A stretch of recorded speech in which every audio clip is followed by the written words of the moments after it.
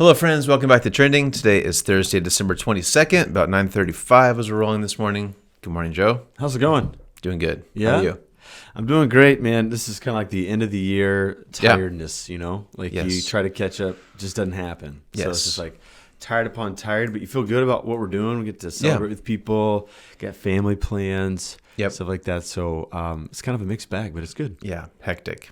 Yeah. I have a lot to do today, but the office is very quiet. I Yeah. feel like it's going to be just a handful of us here today, so we're going to be able to crank through a lot of stuff. I think. Calm before the storm, right? Yes, that's right. Mm-hmm.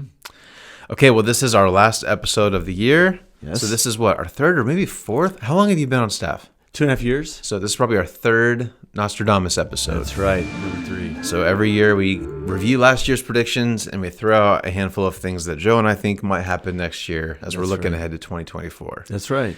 So you did your homework, Joe, and you Yes. pulled out our predictions from last year. Yep. I think we maybe got one or maybe two, but overall we did not do great, as usual. That's right. But let's do a review. Let me recap. run through yours, and then we'll run through mine. Okay. So you said that soccer will overtake hockey as the number 4 favorite sport in America because of Messi's move to Miami. Yes. Yeah. Right. And the World Cup kind of lingering, and I don't think that's true. You don't think it's true? Do you think it's the number 4 sport? I haven't done any research, but I don't have any.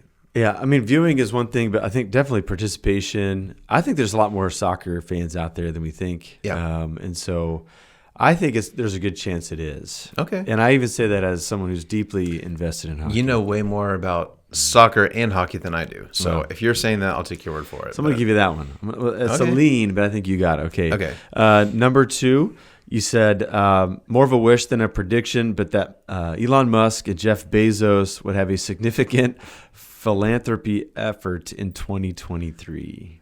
I don't think that happened. No. Come on, guys. Get your act together. Elon Musk is just killing Be nice to companies. somebody. And it's like 2 million Teslas are being recalled. Yes. It's a lot. Okay. Anyway, Yes. he's got to have his hands full. All right. Yes. And then finally, you said this is going to be the year of AI. I think that was the one that I feel like I got right. No, absolutely. There's a lot of AI breakthroughs this year. Yes. It's crazy to think that AI was barely a thing a year ago. Right. ChatGPT had just come out a year ago, and it's blown up. So. Yeah. And I'm now on the paid version of ChatGPT, so I got like the latest and greatest. Nice. I'm humming on that thing. Way to go. Yeah, it's a handy tool. Yeah, that's right. All right, let me go through run yours. through mine. Yeah, the first one I gave a sports prediction that the Mets would win the World Series. They did not. Did not happen. They look good. Great pitching staff, but then by trade deadline, they were taking that team apart, trying to get some money and resources for the next year. Yep. Texas Rangers won for the first time, and so good for that franchise. I also predicted that Netflix and Paramount Plus would merge together, but that's a miss. Yeah. Because I think you may have heard the news that Paramount Plus and Showtime are actually going to merge in the new year. And I think Hulu and Disney are in the works of that. There's going to be some kind of merge there. So. Well, we do have the bundle of ESPN Plus, Hulu, and Disney. Mm-hmm. So, yeah, that just makes sense. My understanding is they're going to try to actually merge somehow. I think that might be a little messy. But so anyway, I think you got the spirit. Not the letter of the law, but the spirit of the law. That's right. So maybe a half point. A lowercase L lean. Okay. Yeah. And then last I said that we'll see just more faith leaders deconstructing their faith. And I think I may have predicted like 5 because it's kind of nice to have a number to shoot for. Yeah. But simply put, there's just too many to count. And I mean, any season, if you get on the threads or the Twitter streets, you do hear of, leaders, musicians who are open about reconsidering some things in their faith. I think it may have been a safer thing to do 18 months, 2 years ago. I think people are doing it more quietly now just because you tend to get grilled and railed on those unmerciful internet streets. And so, but I did come across, I think it just, more than anything else, I kind of want to get to the bottom of why is this happening. I mean, I do think deconstructing is a natural part of a maturing faith. People do re-examine things that they were told. Yeah. And I think that's probably healthy, particularly when they do it in community, maybe not when they air the dirty laundry and try to make a ruckus, being rascals about it, but just being honest and humble about it. I think it's a positive process. But I came across this great article, and we'll attach it to the video. But Carey Nieuwhof, of course, he's got there creating great content, interviewing all the right people. He's got a sidekick, Joe Terrell, who helps co-host some of his pod streams. And he did like the 5 reasons that people are deconstructing their faith. It's a great read. They use insanely big font. So if you were to read it, like it is a quick read. It's like Nice. maybe 6 minutes, from top to bottom. But number 3, I decided was important. Okay. He said, high-performing Christians are simply burning out. That is one of the reasons people are deconstructing. And he mentions a couple of sociologists, Josh Packard and Ashley Hope. They wrote a book in 2015 called Church Refugees. And this began to sound the alarm of why this is a common thing for some high-profile Christians. And one of their comments is like, when the average Joe or Jane pew sitter deconstructs their faith, it's like not newsworthy, but like when someone who's like in the spotlight is like, that's what maybe makes the news story. Yep. And they say this about these high performing Christians. They say they display an extreme level of dedication and devotion to God and religion, and they earnestly believe that the institutional church can be fixed and reclaimed.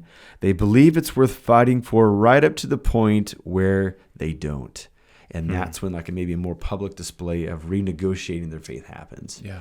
And so this is not nefarious. Another line in here is, people aren't deconstructing because like their atheist college professor is winning them over. No, it's like people who are giving their honest effort and love to the church. And when the church doesn't seem to get any better after they've like leaned their whole life on it, and then they feel like they're in free fall, that's when they're beginning to get honest about some of their perspectives. And so I think just like this we could probably do a whole training episode on the whole topic. Yep. But I will just say, like, for those who roll their eyes at the latest person deconstructing and stuff, there's probably a different story going on. Yeah. There's a good chance that these people they've been like the most dedicated volunteer, or like they unplugged a career, they got into ministry as a second career, and they haven't had the greatest experience. And so instead of dunking on them, maybe a little more mercy along the way could be very helpful. So, yeah. Agreed. Yep. Good. I'm glad you brought that. That's good. Yeah. Helpful. All right. So now we've got a fresh slate, fresh year coming up, 2024. Yeah. It's projecting to be a very calm year. Yeah. Nothing big happening at all. You're talking about the Paris Olympics, right? That's what you're talking about. That's right. Okay, who's going first? You want to go first? Rock, paper, scissors. Okay. One out of 3, or just one? This one okay, straight. I'm Ready? ready. Rock, paper, scissors, shoot. Rock, paper, scissors, shoot. All right, you go. Okay. All right. I think, let me start this out by saying there's a pretty good chance none of mine will come true. I got some big swings. All right. We'll see. Which I think this is why we do this. Yeah. So I think you make good predictions if they probably won't come true. Okay, we'll see. Yeah. My first prediction is that Spotify will get into the video streaming world. Okay. I think in this world of streaming, I think Spotify continues to actually lose money. Like they're not a very profitable business, but everybody uses them, or a vast majority of people use them. So I could see, the way I could see this possibly happening is, this won't happen because there's a new Trolls movie this year, but a movie like Trolls, or a movie like, maybe there's like a new musical reboot. Inside Out 2 is coming out. Inside Out 2, but like they're not, Trolls is very music heavy. Okay, yeah. If it was another, if Lin-Manuel Miranda does another musical, or if there's another movie that's very music heavy. Yes. I wonder if Spotify might put a little bit of money in there and get into the video streaming game. Or maybe they'll take one of their podcasts like Joe Rogan or Armchair Expert, or one of their pretty high profile podcasts, and turn it into a video that they can put out there somehow and start a Spotify video. I think it's my bold prediction for 2024. I think it's gonna happen. So my daily podcast was bought out. That platform Anchor was bought out by Spotify. So now I'm a Spotify podcaster, and they have been talking about video, like your video cast can be linked to it and stuff. So I think they've already laid the groundwork for it. So I think it's a pretty safe prediction. So last year I think they released a Spotify hardware item called the car thing. Where it was supposed to be like a streaming device that you can use in your car for music. And so I think they're trying new things. They're trying to be future casting a little bit of where things are going. So, all right, man. I don't know. Spotify video 2024. All right. Well, I'm going to start out with a couple sports predictions. Okay. One that people won't care about since it used to be the number 4 sport in the United States. But I think the Carolina Hurricanes are going to win the Stanley Cup. They are a gritty team. They don't have a lot of flashy players, but they're playing well right now. They just absolutely waxed Vegas, who's the best record in the league. They play tough at home. Rob Brindamore, their manager, the skipper, he's great. All these things you don't really care about. But anyways, I think Carolina's going to win. Okay. And then for baseball, I'm going to go with the team that people wouldn't predict. I mean, Shohei just signed that huge contract with the Dodgers. Everybody thinks the Dodgers are going to win. Yep. But they find a way to kind of, I don't know, they did win recently, but they find a way to underproduce in the fall. So I'm going to pick the Baltimore Orioles. They had a great year last year. They got great bats. They're in a very tough division, but they held their own. They played very well. And they got one of the best venues to play. Okay. When it gets hot in Baltimore, the ball flies. There's a science behind humidity and home runs. Okay. And they've got a place where people are going to mash. And they get to play there more often. So I think the Baltimore Orioles are going to win the World Series in 2024. And the Carolina what? Hurricanes. See, I didn't even know that was They an used NHL to be. team. They used to be the Hartford Whalers. Okay. And then Hartford sold to Carolina, and they've been there. They've actually won a cup within the recent history. They're a great team, man. They're kind of they're like a Buffalo Bills type of franchise. Nice. You know, they don't really have a lot of fair weathered fans. And they got like a good base. Nice. Yeah. Okay, good. Well, we'll see. All right. I'll keep the sports trend going here. All right, man. I have a baseball prediction, which again, this won't happen, but Okay, man. we'll see. All right. I think the MLB should consider an in-season tournament Oh yeah. like the NBA did this year. Yeah. I think it was so smart of the NBA to do that. Yeah. To have this little tournament in the middle of the season to make the games actually count. Basketball has 82 games in the season. That's a lot of games. Baseball has 100 what? 162. 164. Yeah. Way too many. Yeah. So for the casual person, it doesn't like there's not a whole lot of compelling reasons to watch a random baseball game. But if there's an in-season tournament or an in-season home run derby somehow, or I think that'd be smart to find some kind of little gimmick to make a middle of the year baseball game worth something. Yeah. I think if they did like slow pitch softball, you know, like Or banana ball. Bring in the Savannah Bananas and do one game doesn't count towards your record, but it's just ridiculous. You're going to do all kinds of fun things, whatever. I think it'd be I think baseball needs to take a lesson from the NBA. Find something to make a random game mean something. And the NBA actually got that from the WNBA. Yes. So here's women's sports changing the world. Yeah. So The bracket works great for basketball, so I don't know if it would work in the baseball world exactly, but they need to find something to make a random game count for something. All right, man. We'll see. And then we like dye the field. You know how like for the in-season tournament they had different floors. And they were cool. They were cool. Yeah. Some people thought they were annoying, but you know, you can't please everybody, right? Nope. Don't we know that? Yes, Church workers. We know that. All right. Okay. I think that's a good one. So I hope it happens. That'd be great. I think it'd be fun. Yeah. I've just got a culture thing.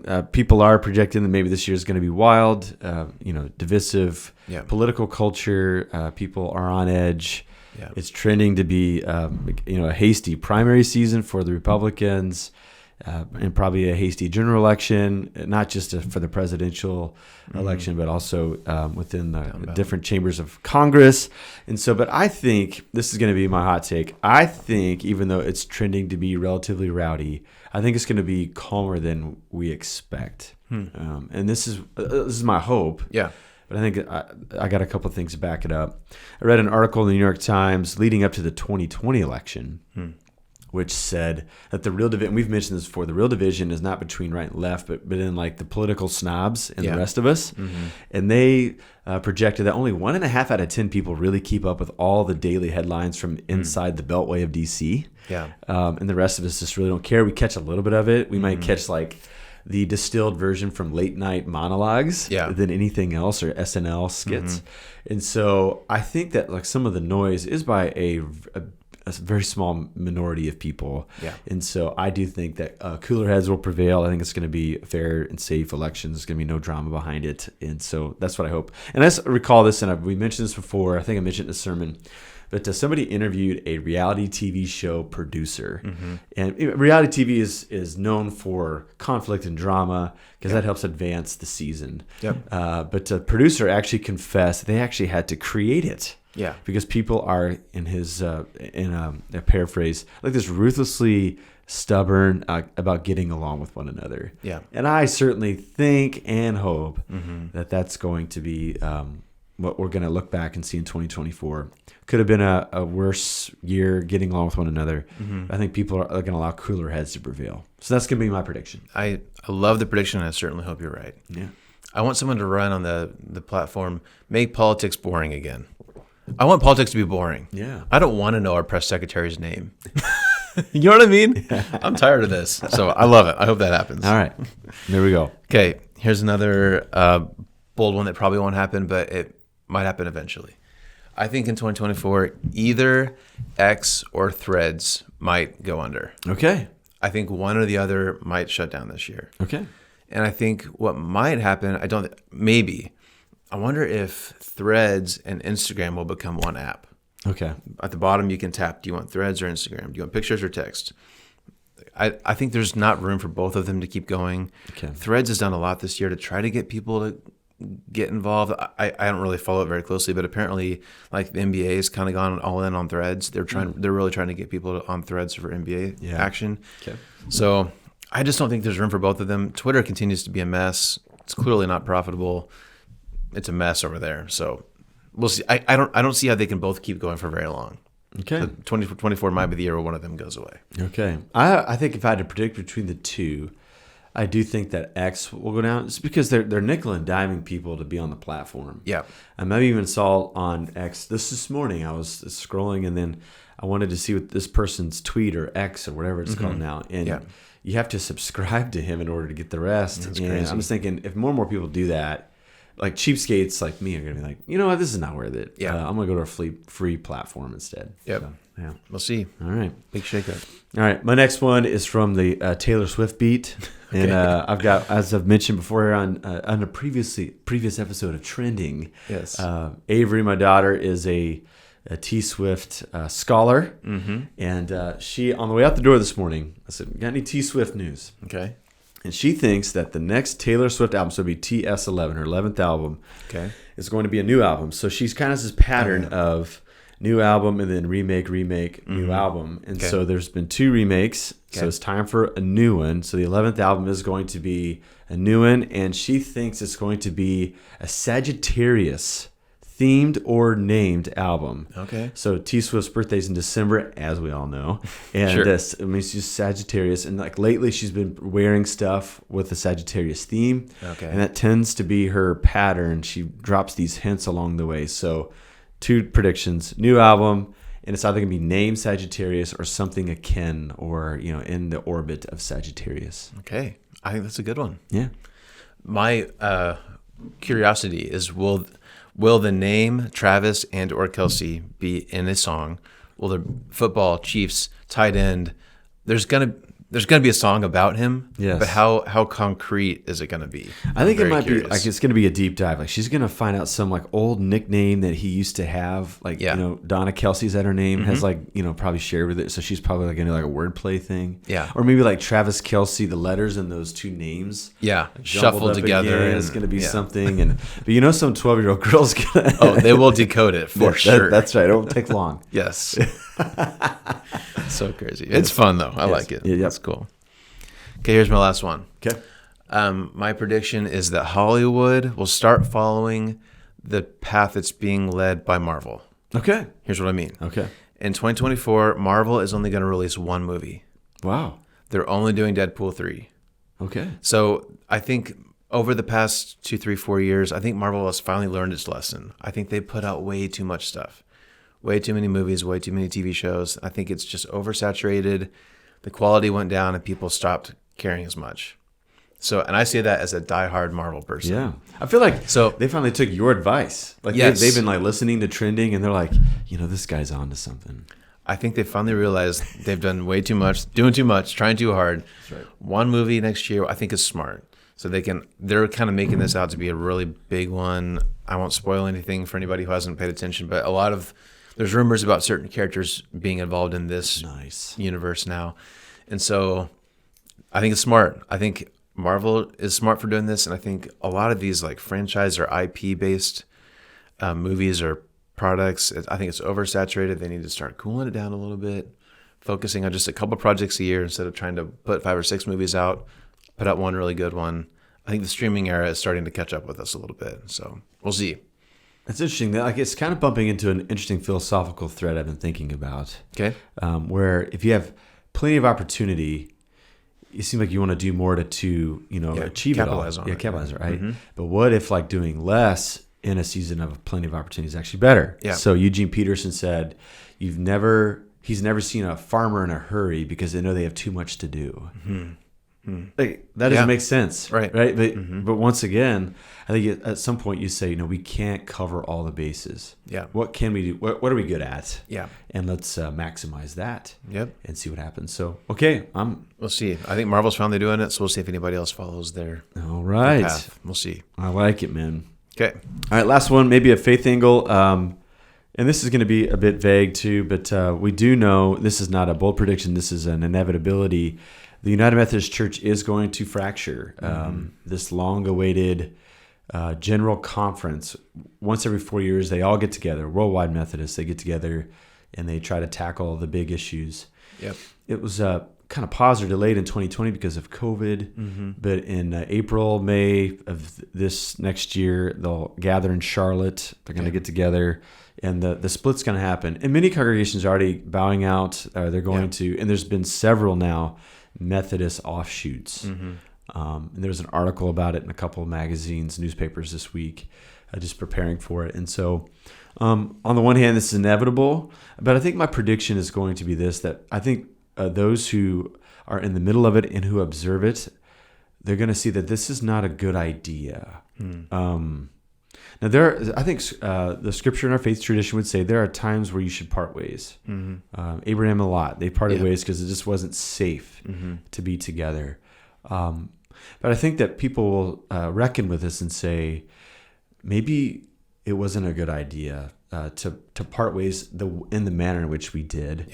It's us. I guess that's more my hope is that we really take it seriously that we are the body of Christ.